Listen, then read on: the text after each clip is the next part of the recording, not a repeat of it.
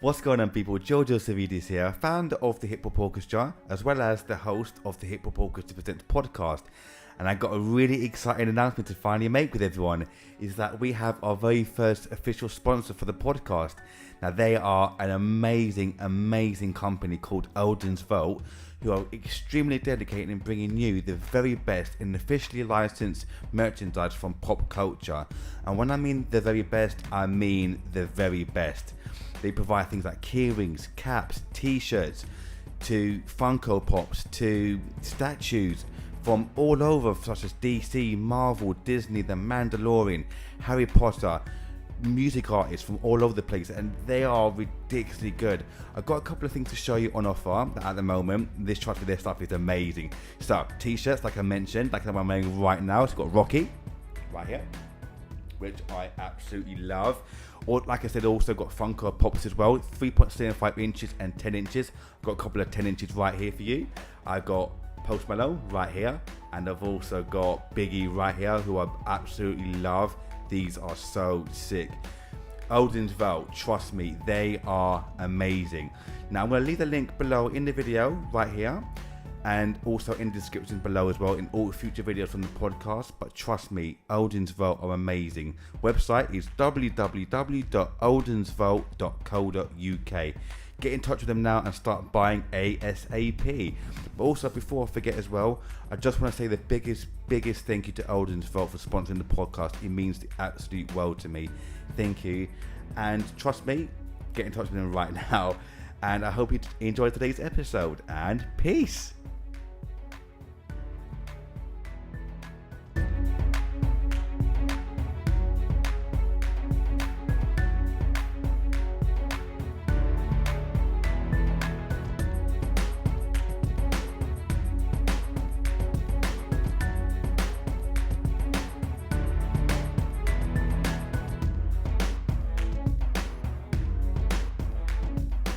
What's going on, people? Welcome to a brand new episode, and we are joined by an amazing guest today, composer, arts education practitioner, and researcher, Dr. Steven Berryman. How are you, sir? You okay?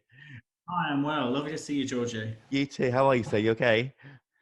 Yeah, it's interesting time, isn't it? We're all, keeping it super positive, keeping our spirits up. I think now this is lockdown 3.0. I think we're slightly more geared up to it, I think, as educators. So yeah, feeling positive. Exactly. Good. How was your New Year's, by the way? Oh, Happy New Year, by the way. How was it for you this year? Happy New Year. Yeah, Thank lovely. Really, really you. nice to see family. Nice to, obviously keeping in mind of the various restrictions, but thank goodness we all have Zoom. Thank And God. various platforms. We live on these things, don't we? So it's Oh, we been great do. keeping in contact. How was yours? You know what is lovely, thank you. So it was all this with the family, so it's really nice, thank you. Really nice. But like you said, I think go for Zoom though, because Yeah. I don't think a day's gone by that we haven't actually used Zoom now. So just think of for that.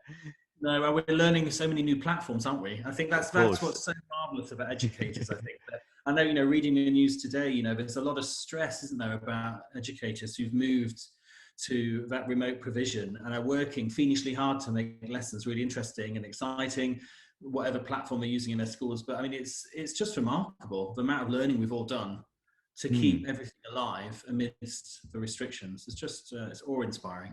It really is. I mean, how do you find it as an educator to go from, say, the classroom area to fully focused on Zoom? How have you found that so far?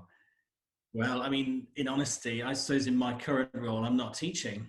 So much of my time I'm working with teachers, but I'm not teaching per se. So I've not had to grapple personally with making a lesson work for young people, but obviously working really closely with teachers who are doing that. And I think the arts, a particular subject where it's really quite challenging to translate the classroom experience to something over a Zoom or Teams or whatever platform you're using. And I think that challenge isn't going to go anywhere in the short term. And I think lots of teachers are just doing the best they can. How do we make music remotely? And when you're so used to making music in groups, how do you make it work when you're, individuals? How do you make it work when a student might not have any technology at home, if they don't have any internet access? And this is something that's been you might have seen it in the news recently that, Oak National Academy is working really hard, Matt Hood, to get this access more readily available for those that might have data restrictions. So it's a real challenge for us, but there's a wonderful spirit of collective endeavour in music education at the moment. You know, Music Teachers Association are working fiendishly hard to share resources, keep, sharing ideas with colleagues, because we're just all keen to make it work. Of course. And it's so true what you said, that not everyone gets access to, say, the internet or broadband or whatever it might be to work together. I mean, how difficult has that been for you, especially to obviously work with different people that may not have access to the internet or anything like that to Yeah, work around? it's really interesting. It says lots of schools, they will be posting things home, Mm. kind of acts of work. And in my previous job, when I was working in the City of London, I know Culture Mile Learning, they were sending home creative packs because they were keen to, help young people still be creative amidst not having internet access. And so they were sending home, bits of paper, kind of art material, so kids can keep doing this kind of artwork. But yeah, that's all schools can do, really. I mean, Mm.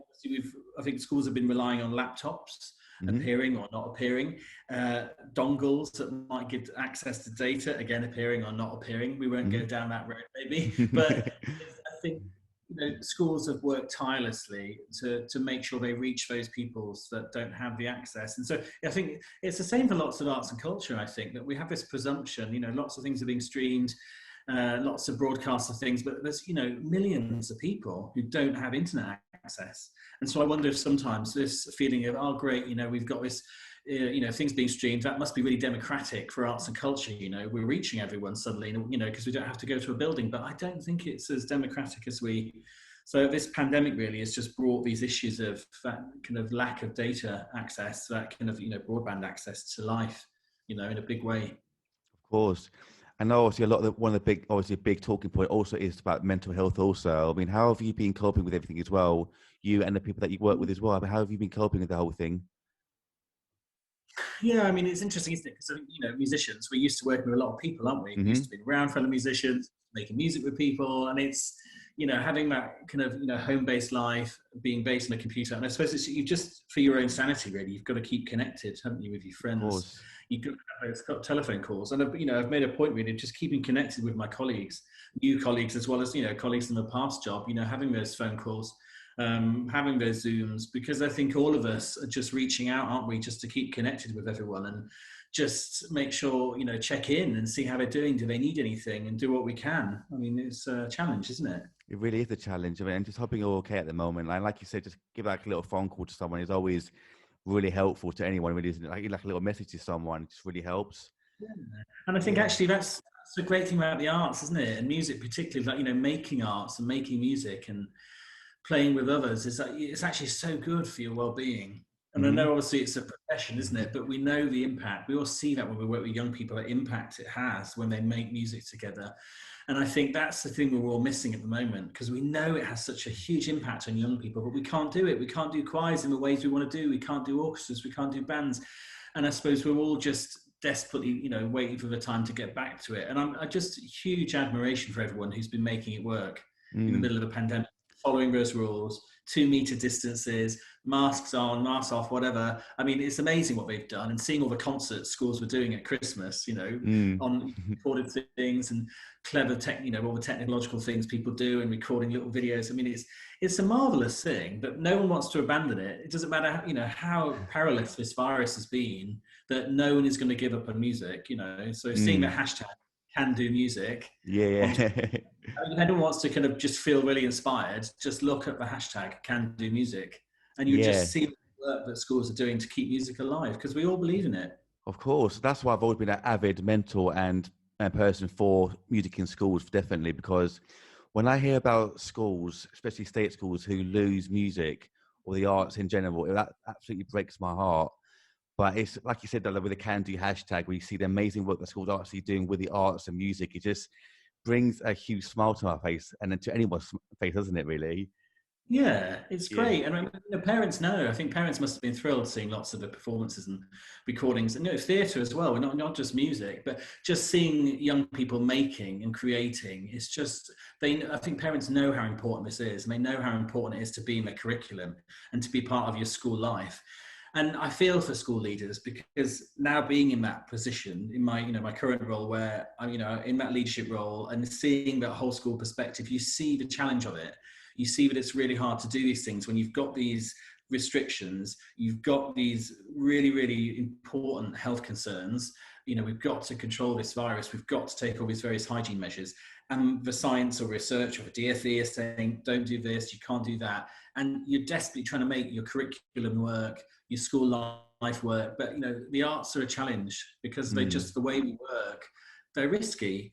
And so I'm really grateful, Music Teachers Association, ISM, Music Mark have worked tirelessly to make sure that the restrictions are really clear in that how we can make music, that there's no reason why you can't. And the DfE have said that as well, Ofsted has said that. And I think they'll recognise that music, particularly of all the arts, has suffered the most.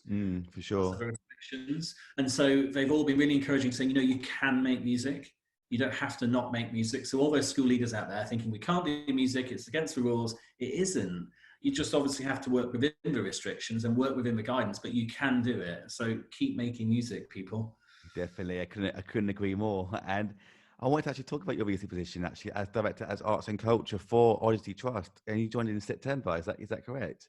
Yeah, so it's a strange time, isn't it, to start a new job? Yeah. And actually, having my interview back it was April, and obviously that was right at the height of, COVID. And I suppose at that point you think to yourself, by September we'll be back to normal. I'll be able to go and so I'll be able to start my new job and be all normal. But yeah, it's a really exciting. I've just really enjoyed it. It's a really inspiring team and it's a really, really inspiring trust. So it very much was an extension of the kind of work I was doing in the City of London previously. So as Director of Arts and Culture, I'm part of the central education team in the Odyssey Trust for Education. So we're a new team.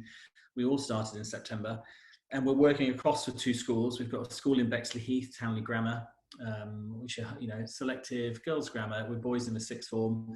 Fantastic school, really innovative. And we've got King Henry School in Erith. Again, really, really interesting, really grounded in its community as a school. It's really, really exciting. Most of the kids at King Henry walk to school. So it's an interesting mix of these two schools. Townley's got quite a wide reach, being a grammar school. It's got a wide reach across London. You've got students coming from several boroughs. And King Henry is very much grounded in its local community. So you've got this wonderful mix of schools.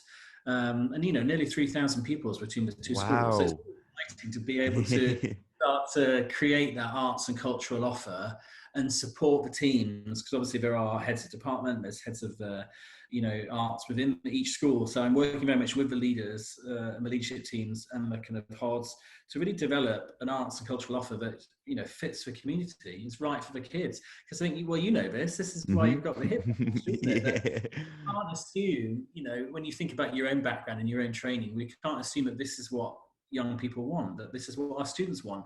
And I'm a huge advocate, and this is why people like Matt Griffiths and youth music are so inspiring, because you've got to start with the young people that you serve in a way, as they're the ones that we start with, and that's how we build our offer, and that's how we build our arts and musical offer. We don't start with what we want to do.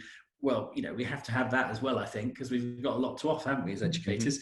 But we do have to think about what do the young people need, what are their interests, what are our aspirations, and build an offer around them. So that's a lot of the work, hopefully I'm looking to do in this new role. Fantastic. I was actually going to ask about actually how you deal with working with so many people and pupils, actually 3,000 you said. I mean, how do you deal with so many students and work in two schools at the same time? Must be incredibly difficult.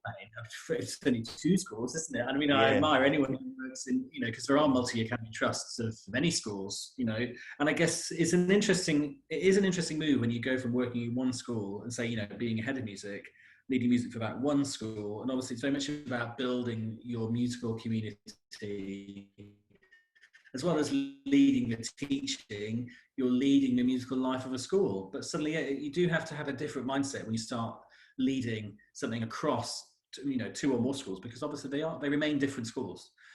By being in partnership, they obviously share a mission, they share ambitions, they share aspirations and ways of working, ways of thinking, and what's important to them. But at the same time, each of the schools are very different. They serve different communities, they have different teams, and it's balancing that need to have these kind of bigger messages about what do we believe as a trust, what's important to us in the arts and in music and drama and dance, but then how does that play out on a school basis? So the schools will do different things, the curriculums will look different. And so I think when you're working across a trust as a leader, you're whilst you might be setting those ambitions and setting that strategy in the longer term picture of arts across the trust, you have to give space for the people to lead the arts within their schools, and you have to give space for the arts teachers to do what they want to do, because they have ideas, they have dreams and aspirations and projects they want to do. So in a way, you've got to, it's very much a collaboration. It involves a lot of listening. You have to listen. Talk. Obviously, ironically, now I'm talking a lot, but you have to listen a lot, because you need to discover what their dreams are for arts, as well as having your own. And it's the same with pupils. It's a weird role, because in a way I'm not working with pupils. So I don't have that engagement with young people that I used to, so used to after, teaching for so many years. So it is a strange role, but obviously I have, chatted to young people in both schools, but it's, you miss it a bit. But yeah, it's a great role for just collaborating, listening lots, and really building something together. And I suppose you see yourself as a facilitator. I want to work with these, find what their interests are and build around that, as well as building around the students. We build around the teachers. Then I suppose my kind of contribution to that is thinking beyond the schools, and what can we do in combination, what can we do that we couldn't do alone. That's why partnership's so important, isn't it? So true. I couldn't agree more. And I'm so glad you said about just listening as well, because you can't force things on people, can you, in terms of what they have to learn and what they have to learn and do. And what have been some of the ideas that have come across to you in regards to from some of the pupils? What have they come to you and said, look, I want to learn about, say, hip hop, for instance, or I want to learn about this? What have been some of the ideas that they come forward to you with? Well, really, really lovely email I had from a student from King Henry just before Christmas, actually, because I through the newsletter, I'd said to the students, just write to me if you've got any ideas or any thoughts or anything you'd love to see, just get in touch. And one email really struck me, because this particular student said, it'd be great to have a creative writing club, because I think, I'd love to write. I'm sure there's others who want to write, but maybe we could write scripts for plays, and maybe people could write music for the plays. So this person already, this student had, had an aspiration to write, but then they could see the connections, and we could, we could do this, and we could work with students on this, we could write music for this, and I thought, this is fantastic. And I just loved how she ended the email with, there's just lots of talent here. We really want to kind of start collaborating. So it's really exciting. And obviously it's really disappointing that you start the year and you have one day and all the schools, goes into lockdown. But I'm not going to give up on that, and it's the same thing really. It's just getting to hear. And so you know this keenly, I think, that it's about, everyone has different musical artistic tastes, don't they? In a way, I love finding out what people like to listen to, what they spend their lives doing, because, people listen to music so much, don't they? I mean, hours. Hours. And in a way, you want to know, what music do you listen to? Because actually that's a huge resource.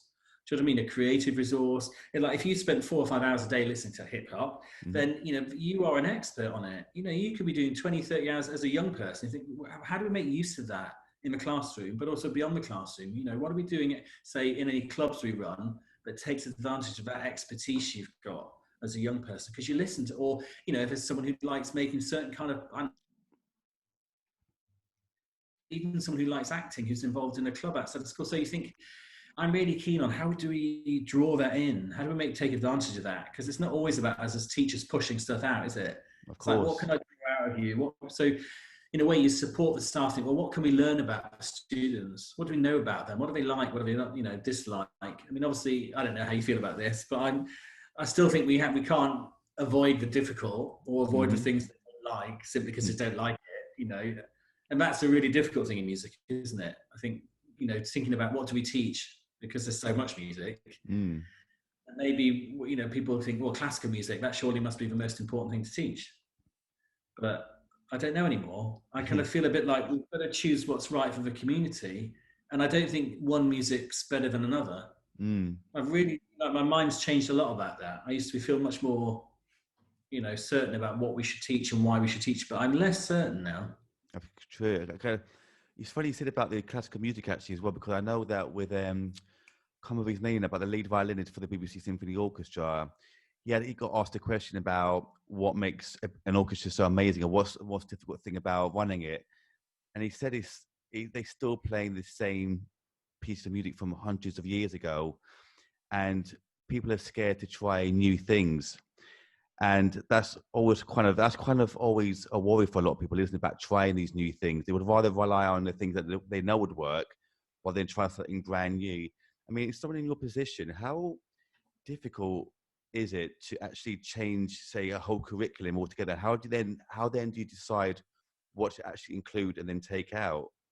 And also, is it? And you also mentioned people. Sorry to keep interrupting.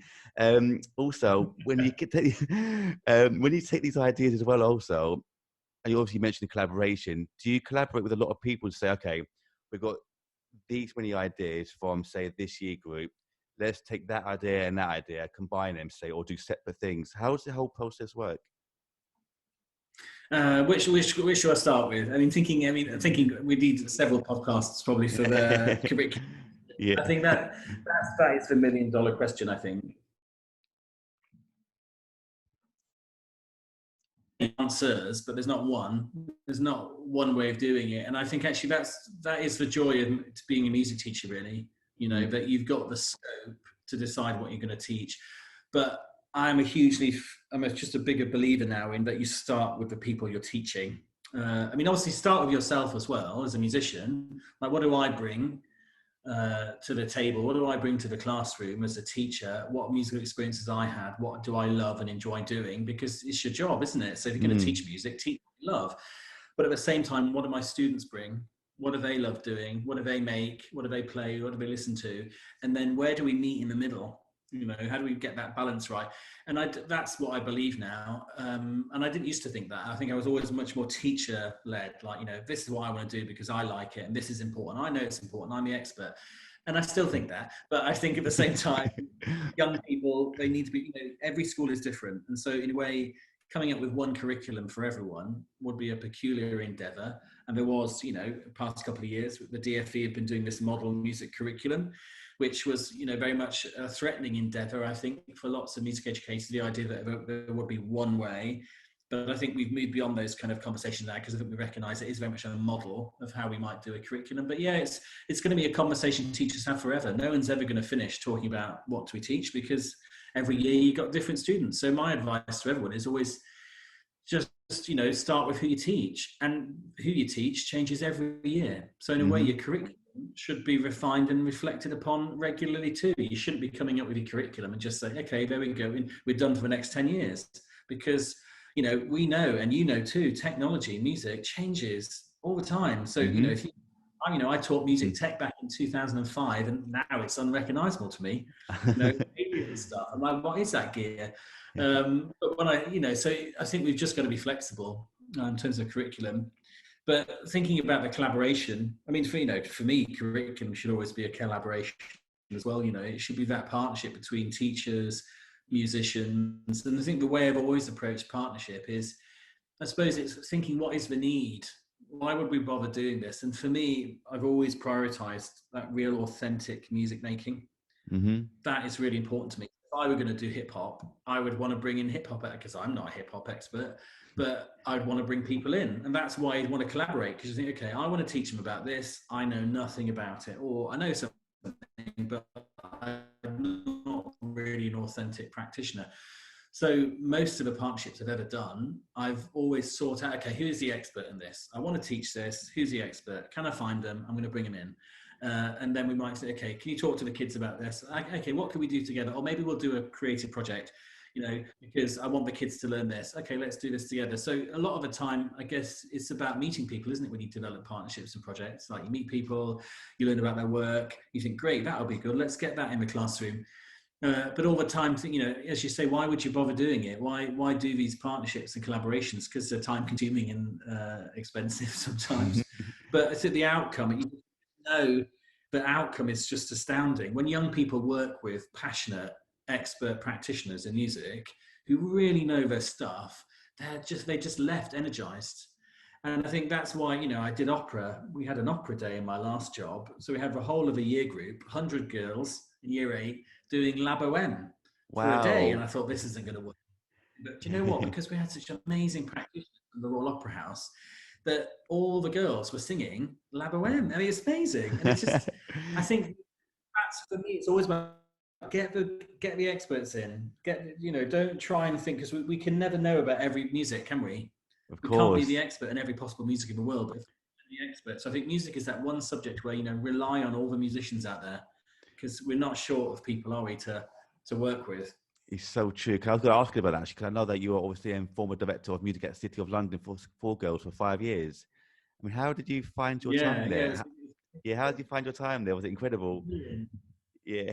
Yeah, I really loved it. I was joked with. It was a funny story because when the job came up, I think I was mentioning to a friend who worked there, so I'd love to work there. Because I mean, even as a student, you'd be in the Barbican, wouldn't you? It's just got that place. It's the heart of culture, heart of music. And I joked with her saying, "Oh, I'd love to work there one day." And I think within 2 hours, she said, "Oh, the director of music's just retired. She's announced her Wow. retirement." It's like, wow. Yeah.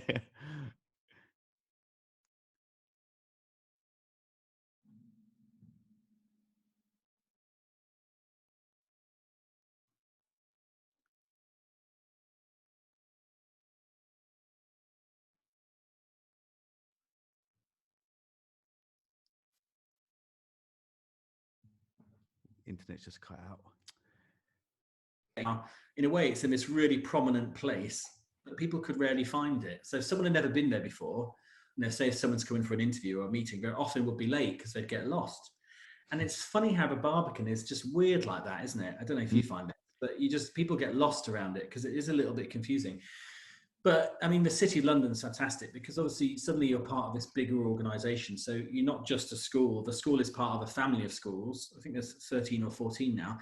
And it's also part of the City of London Corporation, which, owns the Barbican, the Guildhall, Museum of London, London Symphony Orchestra. So suddenly going from this school out in the sticks, well, I say the sticks, it was Edgware, not the sticks, but suddenly going to this school that's right in the heart of the city, it's already heavily connected to these major arts organisations. So for me, I felt like a kid in a sweet shop because suddenly I had all these partners on my doorstep, and so the first months before I started, really, I was going around trying to meet everyone. You meet Museum of London, the Barbican and Music Library, Guildhall people, London Symphony Orchestra. So just thinking, forming those connections and just getting to know, what can we do together?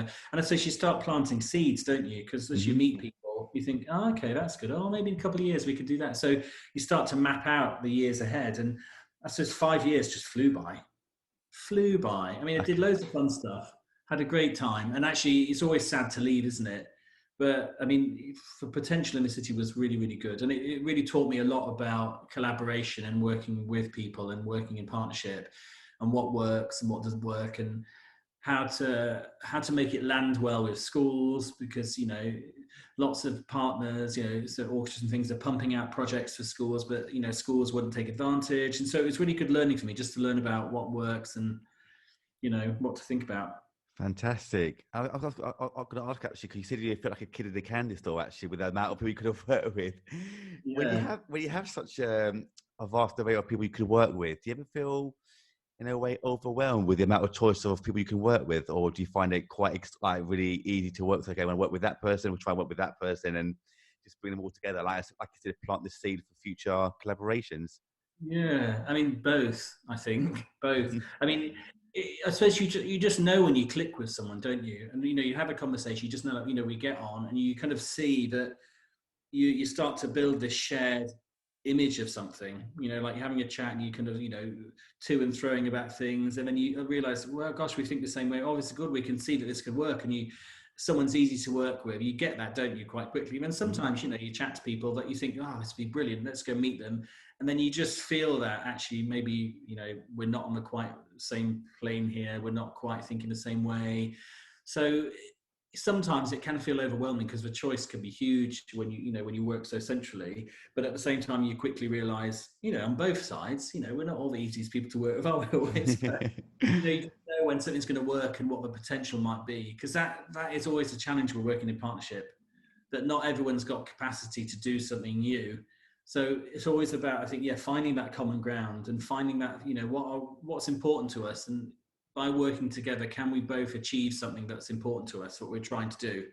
And that just takes lots of conversations. But yeah, it can feel overwhelming, but you quickly realize, what isn't going to be useful. And it says that the more and more you do this kind of work, the quicker you get at figuring out whether or not something's worth doing, or whether or not actually, no, we won't pursue that at the moment. Let's car park that for the future and things like that. Of course. So has anyone helped you in that sense in terms of okay, focus on, say, this project, or don't look out for these kind of things? Has anyone kind of helped guide you over the year that you've been teaching? Yeah, definitely. And I think actually, I'm sure my colleagues would say, I'm always a bit of I was always a bit of a whirlwind, I think, into, I always want to do a lot of stuff. And I suppose I always move really quickly at things. So if there's an idea, I want to run with it straight away. And so I think as you kind of get older, you get a bit better at reining yourself in, I think. And actually, I've had really, really supportive senior leaders in all my jobs, actually, and head teachers who've been really good at helping me prioritize. So when you've been, that kind of wash of opportunity and you've had so much going on, they've been really good at saying, actually, let's save that one because this feels like a really good one for now. And so people have been really gentle, I think, at helping me understand, when to prioritize and when to just, not get too overwhelmed. Because I think it's easy, isn't it? I'm sure what I'm sure you were saying that when there's so much, you can easily just go a bit nuts and you can easily do too much stuff. And so you start to, rein yourself in and just think, actually, if you do X or Y, is it something that only I could do in that, it's worthwhile me doing, or actually, is there someone else who could do it, so don't put yourself under pressure to take everything on. That's the thing I'd learned from, colleagues. And, just that's what's great about being a musician, isn't it? You're always working in a team. You can always share. So actually, if someone approaches you with a project, actually, maybe so-and-so in the department can do it. It doesn't always have to be you. So, yeah, but you can look after yourself because it's easy, isn't it, to work too hard. And then in a way, you can't be your best self because you're too tired from all the things you've done. Yeah, because I'm exactly the same as you, where I've always taken on maybe too much at a time.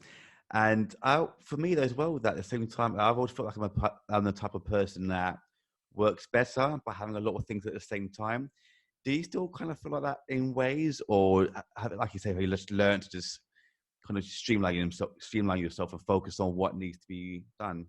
I mean, I've always, I think, in my whole life, really, I've always been involved in lots of things, and that's, I think, it's a musician in you, isn't it? That you just get used to that kind of portfolio of activity, And I've always, I think now, like, I don't really compose. Well, I mean, I might do for myself, but I'm not composing for anyone else. But I suppose you just go through phases, don't you? There's different points in your life where things come into greater relief.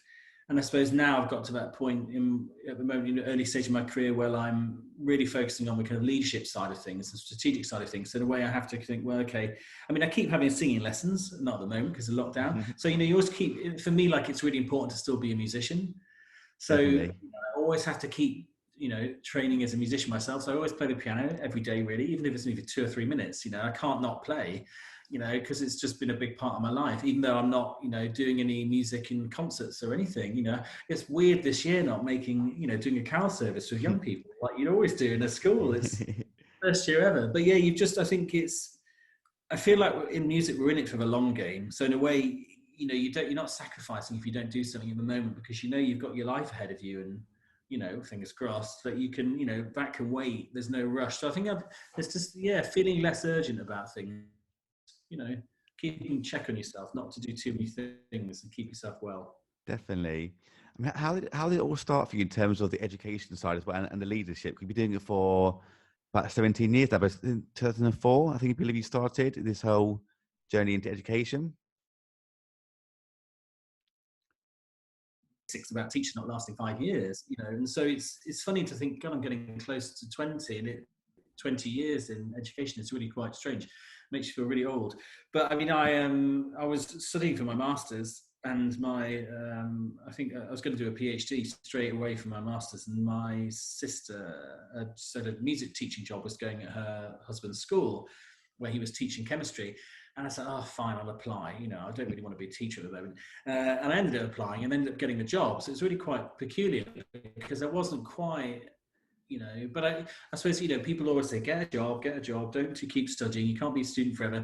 And so I got this job in Dorset. And I remember, I handed my dissertation in for my master's, and then the day after I was in Dorset, and I was in front of my tutor group, year 10, and there was no induction, there was no, training. Is literally, there you go, do the job. And so it's, I suppose, getting started in education like that for me, having not had that traditional training route, I'd obviously done all that music, so I felt confident about it. But it's funny, you have to start searching and researching how to do it. I became so fascinated and kind of obsessed, really, about how to teach and learning more about how to teach myself, because I hadn't been through that training route like most people have done, who've done a PGCE and things like that. So I had to just knuckle down and learn and collaborate and, connect with colleagues and chat to people and get to meet people who are, really, really experienced educators, because I just was so keen to learn. So I had a really good time in Dorset. I just learned so much in 5 years, because it was a really, really challenging school in that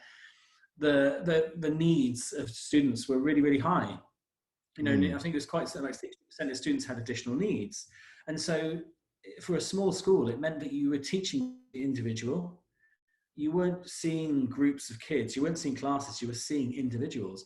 And the headmaster at the time, Martin Cook, an organist, he just knew every child. He knew every child, and he let every child be who they needed to be. So when a child left for school, they really were who they needed to be. If they needed to dress a certain way, if they needed to do a certain thing, they were just able to be themselves. So I kind of left that 5 years of working in Dorset really feeling empowered about young people as individuals.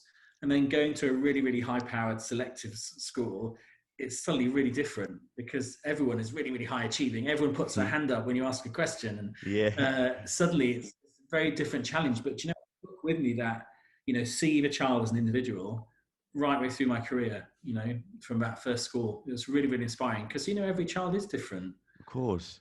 And do you feel like that 5 years in Dorset was the time that you kind of learnt the most in terms of how to approach teaching and just the students in general? Yeah, I think so. I've learned things have changed a lot. It's really strange to think, actually, my first job, I was never observed. No, I never had a formal observation. There was no appraisal process, which is kind of strange, isn't it? Because now we've moved to probably a phase of education which is really, really hyper accountability. And I think I've learned, education has changed a lot. We've moved towards becoming this research-informed profession. Well, we aspire to. And we've got organisations such as the Chartered College of Teaching, which, this professional body for teaching, which is very much about creating this research-informed profession, where we are, as teachers, very much tapping into that academic world, that research which can inform what we do in the classroom. And I suppose we know a lot more about how people learn. Whether or not these things are right and wrong, that's another debate. But I suppose teachers probably are much more savvy about some of the science behind what they do and how they do it. So I suppose people are teaching in very different ways, whether or not it's a good or bad thing. There's probably a lot more structured teaching going on. I'm not sure that's criticism, but I think teachers, the way people are trained, and again, like I say, these are other debates probably, is the way people are being trained, and there's certain frameworks about what teachers should be doing and how they do it. Those things have changed over the last, 16, 17 years for me. So you've got to always keep on top of it all. You've got to keep reading, keep connected, and you just got to keep learning, because, every year there's new things, there's new books to read, there's new research coming out. But I think teachers are much more savvy now. So social media has helped a lot. Teachers are much more connected, because in Dorset, you were driving for 7 miles to buy some eggs, because you're in the middle of the countryside. But I think now educators are so much more connected, through social media. So they're able to share their work. They're able to ask colleagues in different schools questions. So there's so much more informal learning going on. But when I was in Dorset, I was, driving around to meet people and different musicians and teachers and trying to learn. It was a very different experience. But now on your doorstep, on your laptop, on your iPhone, you can just tap in and chat to other teachers. So it's a very different culture. It really is. And obviously you mentioned about PGC there as well. And do you feel that you can become a better teacher without going down that route? Do you feel sometimes, or do you feel like everyone at least needs that kind of some kind of structure in their lives? Say, okay, this is the routes that you need to go down. These are safety measures and so forth. Well, it's an interesting one, isn't it? Because I think this is one of those big debates. Because I think, stereotypically the independent sector is seen as this, private schools, you don't have to have a PGC, you can just stroll in and become a teacher, and it must be a doddle, you can just teach. And I don't think that's the case at all. I do work with some trainees on the PGC course of music at Buckingham, and actually these programs are so important, because actually it's a really, really important job. You're working with hundreds of young people, and you are shaping someone's, life, intellectual life, the way they think. You know, you've got a huge responsibility as a teacher. And I suppose when you're teaching a particular subject, you form part of quite a complicated ecology of people, aren't you? There's a whole network of teachers in that school working to develop this young person. And I suppose PGCs play a really, really important point in equipping people with the knowledge, the skills, the understanding to enable to do that job well for whomever they encounter. And I guess we've all been taught, we've all been in classrooms, haven't we? We've spent most of our lives in schools, probably, as you know, as people. So I suppose you can go into a school and think, well, I know what teachers do, you know, because I've been taught, I've seen them do it. But I think it, in a way, that there's so much hidden stuff behind that, you know, that you learn on a, you know, on a PGCE that's really, really valuable. And whilst I think there's nearly 30 routes to get into teaching now, you know, the PGCE is one way of getting into teaching. And there is a recruitment problem. There's a, you know, recruitment and retention is a challenge for a profession in England, well, in, you know, across the world, really, because it's, you know, it's as people feel like, oh, it's not paid enough, and there's, you know, real challenge. So I think having really, really high quality training is important, and I think that should never be undervalued. And I guess even though I didn't do that initial training, I've been obsessively, you know, doing training throughout my career. You know, like I did the Chartered Teacher Program back in 2018, Chartered College. And so again, it wasn't a teacher training program, but it was very much about enhancing your expertise as a teacher. So for me, I always want to keep learning. You know, I'm a huge advocate. I think the PGCs are really valuable, or whatever route you go into. It's really, really important to have some training to work in schools. I couldn't agree more about just learning as much as you can. I'm exactly the same way as you about being an advocate for education, just learning as much as possible. Because like you said earlier, things do change at such a rapid pace, don't they? Especially with the music. And you mentioned obviously the software earlier. And even things like that just change. It seems like every other day that something comes out or something changes, or thinking, what the hell is going on? But I'm so true about just being an advocate for education, learn as much as possible. And that makes you a better person, doesn't it? Better at approaching things and meeting new people and so forth. So I couldn't agree more with that. Yeah, no, I agree. And actually, I think music teaching, you know, learning in a music classroom, we expect so much of young people. You know, if you ask a group of kids to write a song or work in a group to make some music, it's really quite nerve-wracking. It's quite scary. And actually, when we keep learning as teachers, I think it makes us better teachers if we are also learners, because we know what it's like. And when I've worked with teachers, I used to make them write songs on some of my courses, and they would just look terrified. And I used to say to them, like, you know, do you think you do this with your classes day in, day out? You ask them to do this stuff. And in a way, it was a really good realization for them. Actually, it is really scary. If you say to a group of kids, they can write a song, it's like, what? And, you know, when I did that, it's really, you know, terrifying. I think it's really important we keep learning. We keep putting ourselves in those difficult situations, you know, where we ourselves out of comfort zones. We'd be brave to try something new. Because it just means that when we work with young people, that we've been through it. We also know what it feels like to have to do something new or be brave and try something out. And actually, software is one of them, isn't it? I don't know about you, but you know, you see a new tool or music thing, and such, just find it terrifying. Scary. But young people are quite savvy at that in some respects, and so you end up learning from them.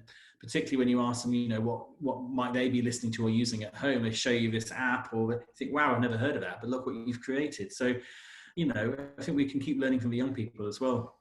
That's brought me on to my next point, actually, because there's been sayings that I've heard from different teachers saying, I've become a better person and teacher and musician and so forth since teaching the young people. I mean, has that been the same for you as well, do you feel? That since teaching the youngsters, you become better in your ways as well? Yeah, no, definitely. And I always think back to, you know, I always forget the year, a student I had, it must have been about 2005 or 2006, that a student, he was one of my music tech students, he brought in a CD. He said, oh, I think you might like this. And it was by this American pianist, Christopher O'Reilly. And he'd done these transcriptions of Radiohead songs. And obviously I was, you know, from the age of 10, really, classical music. And so it was just really thoughtful of him, like, oh, you know, I think you might like this, you know, classical pianist, you know, but he's playing Radiohead songs. And, you know, it was a revelation. You know, ever since I discovered Christopher O'Reilly's work, you know, I had a chance to interview him for an article, you know, I got a copy of his music sent over, you know, I just listened to it obsessively. And I was looking at my, you know, I don't know if you had this on Spotify where it told you, like, what have been your top tracks 2020? And, oh, what am I listening to? What is at the top of it? Christopher O'Reilly.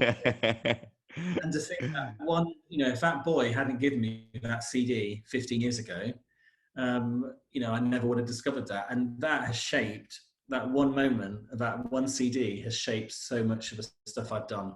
The projects I've done with young people, the composition I've done myself, always about reimagining things in new contexts.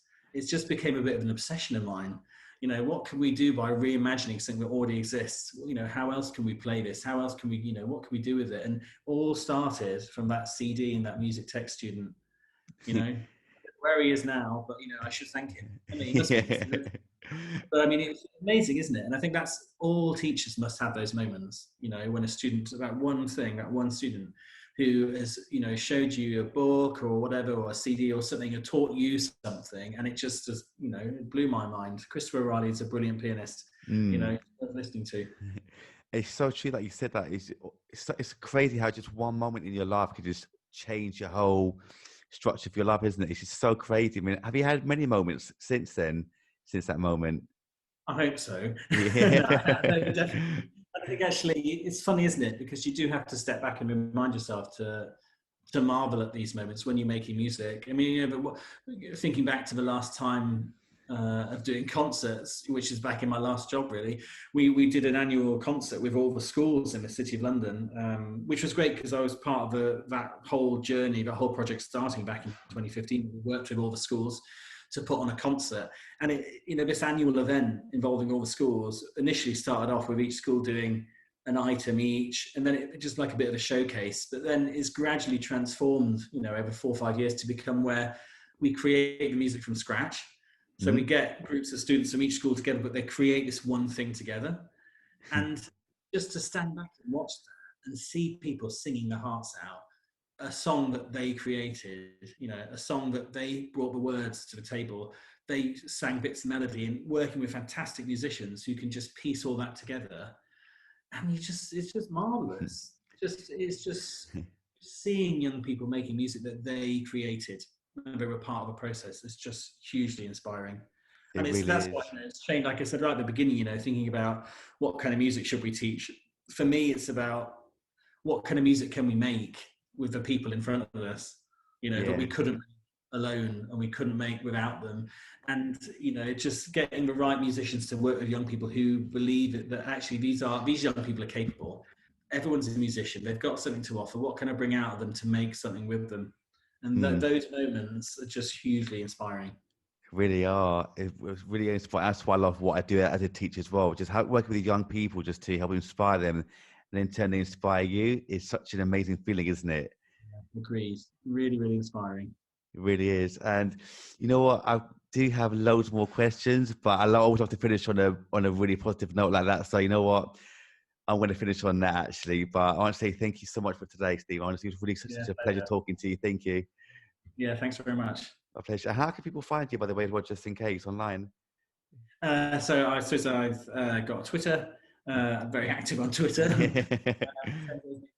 But yeah, at Steven_Berryman. Brilliant. Thank you so much, Stephen. Thank you.